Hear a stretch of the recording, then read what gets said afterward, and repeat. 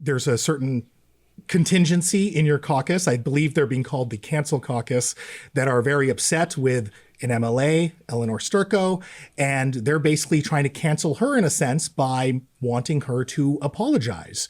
So again, isn't this kind of something that we all kind of engage in, but then we only get upset about it when it doesn't serve our interests? I think both sides are guilty of it. But I think when it comes to the party, it's important to note that the impetus of what gave birth to the modern Conservative Party of BC is cancel culture. The rejection of cancel culture is at the center of it, right? For me, it began with Aaron Gunn getting disqualified from the BC Liberal leadership race. It was further actualized with John Rustad getting kicked out of the BC Liberal Party.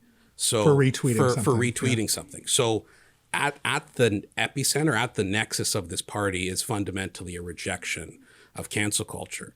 So now we have the biggest official opposition ever with a bunch of new MLAs, many of whom I would say have been the victims of attempted cancellations that are now involved in this controversy, right? And it has to do, I would say, so the canceled now want to cancel the cancelers?